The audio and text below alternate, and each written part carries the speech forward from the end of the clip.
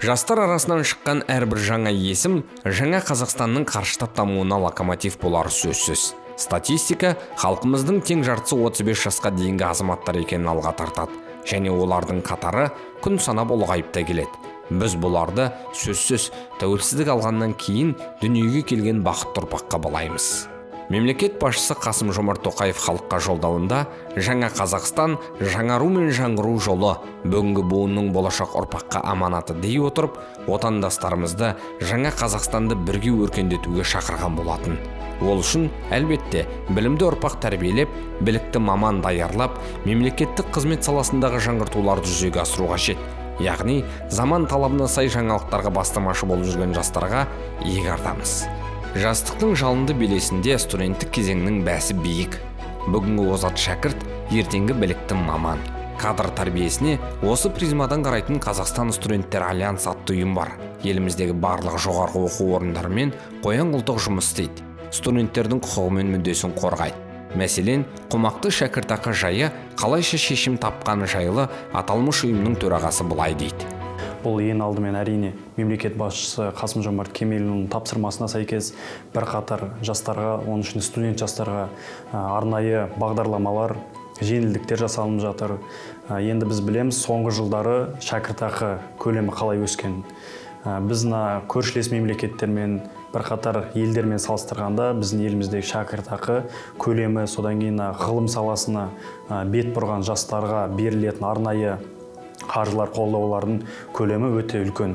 Бірақ сонда да біз бұл тек еліміздің көршілес мемлекеттермен ғана салыстырмай, әлемдік деңгейдегі дамыған мықты оқу орындарымен, мықты елдермен өзімізді білімді жастарымыз солармен бәсекеге түсіруіміз керек. Сол бойынша да қазір жұмыстар атқарылып жатыр. Педагогикалық мамандықтарға, медициналық мамандықтарға көңіл бөлінуі, шәкіртақы мәселесі басқалардан екі есе жоғары тұруы, содан кейін соңғы жылдары жиналып келген мәселе бұл жатақхана мәселесі. Сол бойынша да биылғы жылы біз қандай бір мәселе туындаған көріп отырмыз. Сол бойынша арнайы тапсырма енді алдағы уақытта жатақханалардың салынуы, гранттар санының өсуі. Былтырғы жылмен салыстырғанда биылғы жылы мысалы бізде 20 мыңға жуық грант саны өсті. Ол 75 мыңға жуық грант. Енді оларды келесі жылдан бастап, өткенде мемлекет басшысы өз жолдауында айтқан болатын, келесі жылдан бастап жеке кәсіптерін ашуына бойынша арнайы несиелер төмен деңгеймен беріледі деп. Одан кейін әр облыстарда арнайы жастар бағдарламалар қабылданып жатыр. Ол бағдарламалардың аясында жаңағы кәсібін ашу бойынша, алғашқы үй алуына көмектесу бойынша, жұмысқа орналасу сияқты жағдайлардың барлығы бірден шешіліп келе жатыр. Оның барлығы жүйелі жұмыстар жүргізілу керек.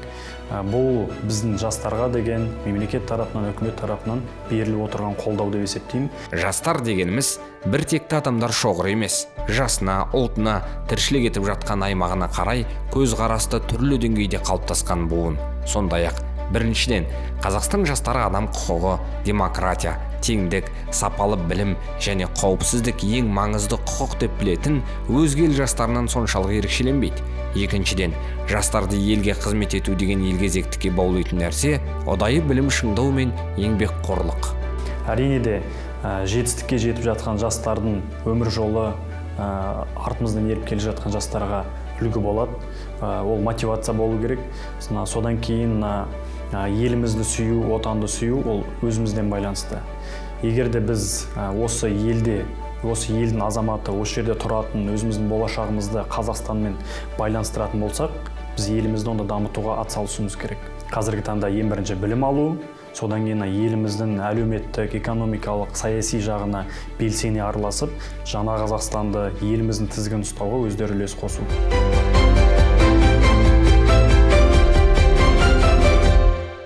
Қазақстанда жаһандық трендтерді, жаңа технологиялық процестерді ескере отырып, жастар арасында ғылыми кадрлық әлеуетті нығайтуға айтарлықтай көңіл бөліне бастағаны қуантады. Жас ғалымдарға арналған мемлекеттік сыйлықтар, ғылыми шәкіртақы мен гранттық қолдау айтарлықтай күшейтілді. Нәтижеде 35 жасқа толмаған ғалымдар саны кейінгі 9 жылда 21%-ға артқан. Жаңа Қазақстан жастары тың салаларды тез меңгеріп жатыр. Айталық, қарапайым ғана смартфонмен видео түсіріп те табысты кәсіп иесі болғандар көп. Сапарбек Жақсылық осының арқасында мемлекет басшысының жеке мобилографы дәрежесіне жеткен. Ең алғаш сол жаңағыдай президентпен жұмыс істеген момент әлі есімде, ол Жезқазғанда болған ұлттық құрылтай. Мен негізі ол құрылтайға барған кезде мен тек сыртқы айналаны түсіріп, басқа адамдарды түсіру бойынша тапсырма болған, бірақ сол жерге келген кезде маған ішке кіресің деген бұйрық түскеннен кейін менде кішкене қобалжу пайда болды, шыны керек. Бір кезде сол жаңағыдай президент мырза кіріп келе жатады. Сол момент енді бірінші рет көргеннен кейін бәрібір қызық, есте қаларлықтай болады. Ана жақта енді бәрібір өзінің кәсібилігіңді де ұмытпау керек, ол жақта қарап тұр қалмау да керек, себебі моменттердің барлығын түсіру керек болып. Енді менің жұмысым сол бүкіл моменттерді түсіру болып табылады. Сондықтан енді бәрібір эмоция бола тұра, мен өз жұмысымды дұрыс атқарым деген ойдамын. Әрине, ата-анам мен үшін үлкен мақтан етеді, ол деген. Мен сол айтқан кезде олардың көзіндегі мақтанышын енді айтып жеткізу мүмкін емес. Әжем ерекше мәз болған осыны естіген кезде. Жас мобилографтың айтуынша, бұл саланың дамуына еліміздің компьютерлік технологияның қарқынды дамуы сеп болып отыр. Осы орайда Біріккен ұлттар ұйымының электрондық үкіметті дамыту рейтингісінде Қазақстан 39-шы орында тұрғанын айта кетсек, артық болмас. Өз басым осы Астанаға келмей жатып, енді Алматыда жүрдік қой. Талай еститінбіз, вот үкімет тым жұмыс істемейді, халыққа ешқандай көмек жоқ. Мен ол сөздерге қатты елемейтін, себебі өзім түсінбегеннен кейін оны не жақтауға да, не жамандауға да басым бұрмайтын. Бірақ енді осында келе көресің ғой, бәрібір жұмыс жасалып отыр, әрқайсысы өз, осыған дейін айтқандай, әрқайсысы өз саласын дамытып отыр. Ауыл шаруашылығы болсын, экология болсын, сауда-саттық, білім, цифровизация.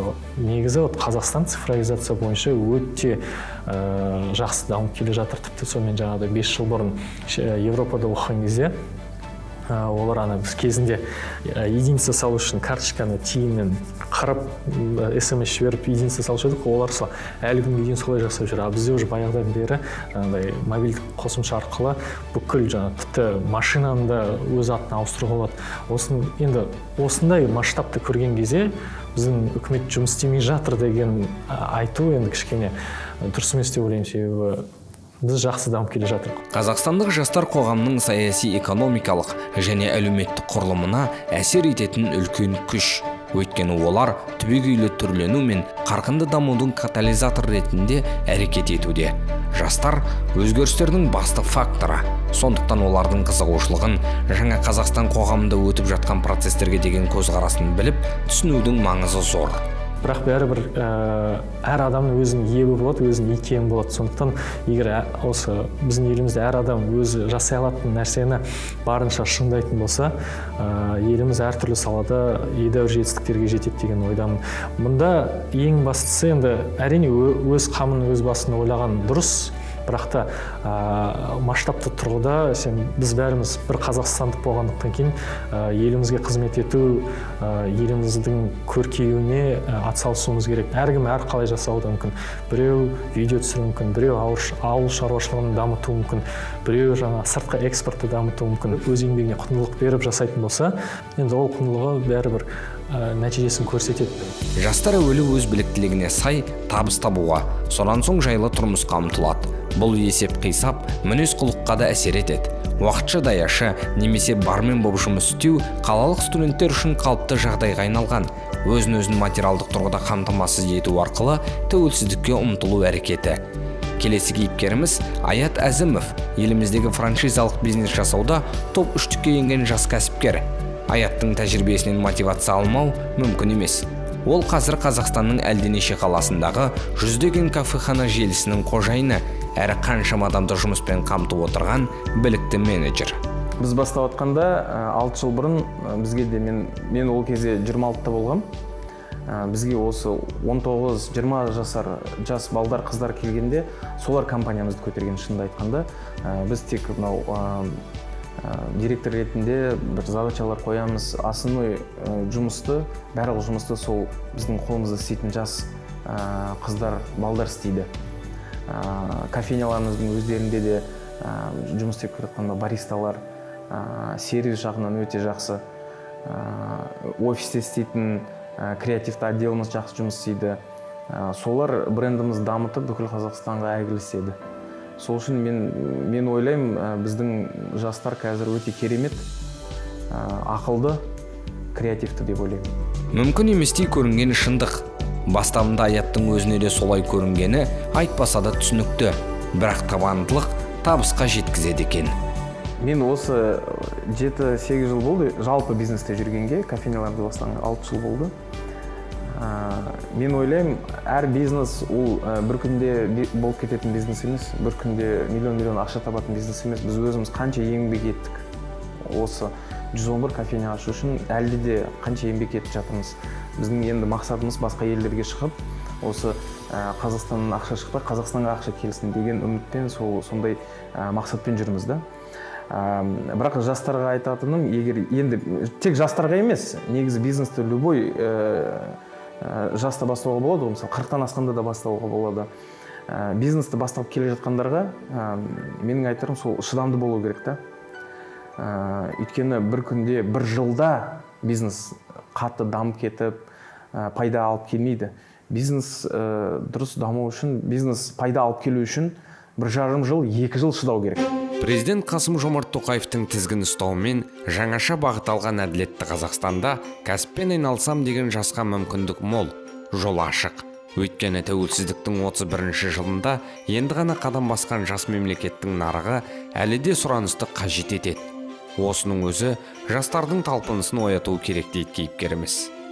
Қазір менің ойымша, мен барлық жерде соны айтам, Қазақстанда шарттар өте көп возможность бар Қазақстанда. Өйткені басқа елдермен басқа елдерге барамыз, салыстырғанда бізде бизнес бастап өте оңай істеуге болады. Біріншіден біздің нарығымыз енді дамып келе жатқан нарық. Екіншіден мемлекет жағынан тек қолдау көрсетіледі бизнеске. Льготный несиелер бар. Одан басқа салық жағынан бұрынғы 90 жылдар сияқты қазір ондай жоқ, қысатын салық жағынан бизнесті жастар қазір бастап істеуге өте көп мүмкіншіліктер бар Қазақстанда.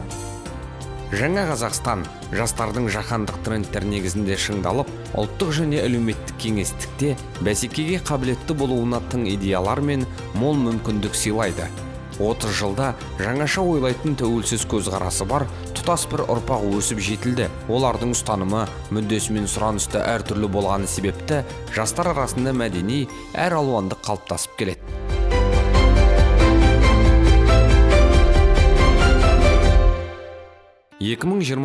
жыл қазақстандық музыканттар мен тыңдарман үшін жағымды жаңалықтарға толы болды.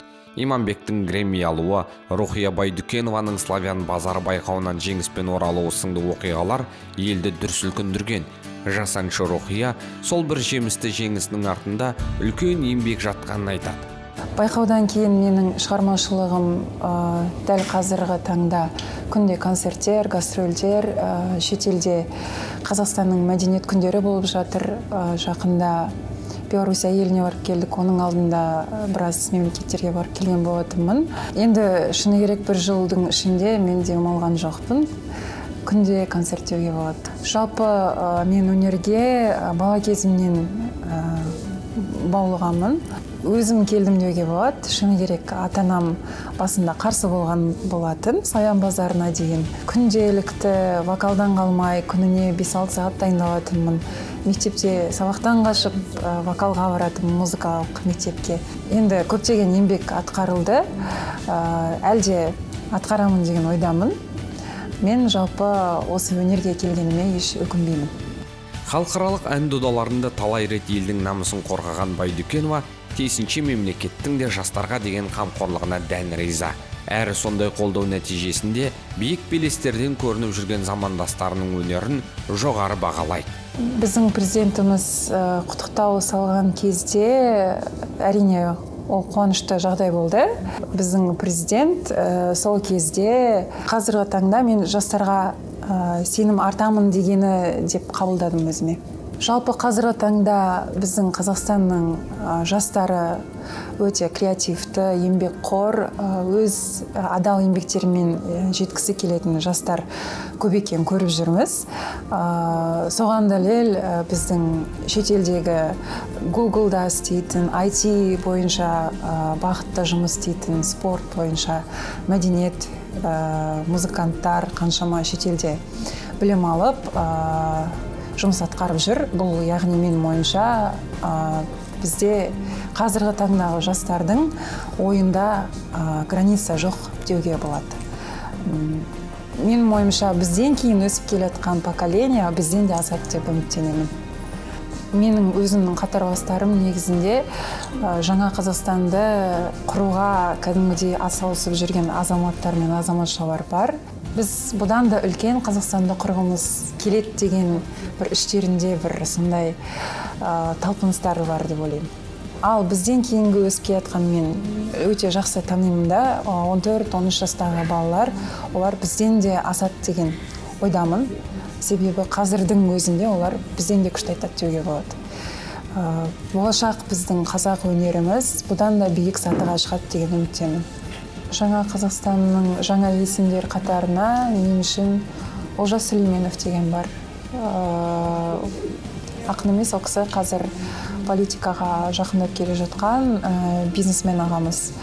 Ол кісіні жеке танимын, өте иманы жоғары, мәдениетті, шетелде білім алған, көп тілді білетін азамат. Жаһандық трендтен сырт қалмайтын және жастарды елдік шешім қабылдау процесіне баулуға ұмтылған ел, болашағы бар ел. Осы орайда 2021 жылы маусымда президенттік жастар кадрлық резерві форумында мемлекет басшысы Қасым-Жомарт Тоқаев ұлттық мүдде мен мемлекетке адал жас ұрпақтың қалыптасуы мәселесіне ерекше назар аударатынын атап өткен болатын. Мен мемлекет басшысы ретінде өскелең ұрпақтың болашағына баса мән беремін. Жастарға зор үміт артамын. Жастарымыз атқарылып жатқан ауқымды жұмыстың реформалардың игілігін міндетті түрде көреді. Олардың арасында көзі ашық, көкірегі ояу, ойы ұшқыр азаматтар аз емес. Біз өскелең ұрпаққа жол ашу үшін барлық жағдайды жасауымыз керек. Ал бұдан бір жыл бұрын, яғни 2020-ны президент еріктілер жылы деп жариялаған болатын.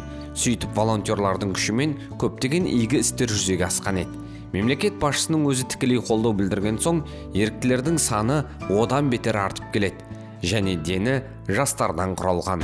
Бәріміз білетіндей, 2020 жыл бұл волонтерлар жылы болып өтті. Бірақ сондай пандемиямен қатар келді. Бұл тегіннен тегін болмаған сияқты. Осы ойымды үнемі айтып жүремін. Пандемия кезінде еріктілермен бірге түрлі отбасыларға азық-түлік жеткізіп жүрдік. Тұрмысы төмен отбасылардың жағдайы ауыр екенін бәріміз жақсы білеміз. Ал пандемия оларға екі есе соққы болғаны рас. Бірақ сондай қиын кезде қол ұшын созу, әсіресе еріктілердің көмегі үлкен қолдау болды деп айта аламын. Волонтерлар бұл ең лайықты адамдар. Осы жаңа Қазақстанды құру, жаңа Қазақстанда өмір сүру, бұл волонтерлар ең лайықты сондай үлгісі ретінде қарастыруға болады. Именно еріктілерді жаңа Қазақстанның жаңа келбеті деп айта аламын. Себебі олардың еңбегі зор. Бос уақыттарын арнап, керек десеңіз денсаулығын қатерге тігуден аянбайды. Еріктілер ел экономикасын нығайтуға жұмыла кететін негізгі көмекшілер.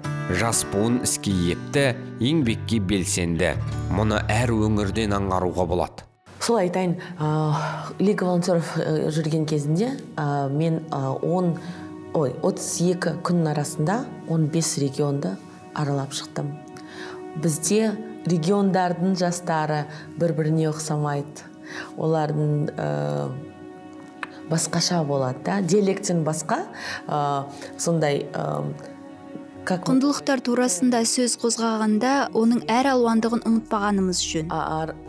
Мен бір түсінгенім, олар қаншама да әр түрлі болса, олардың көзқарастары, олардың диалекттері, бірақ олардың ценности их. Олардың құндылықтары бір.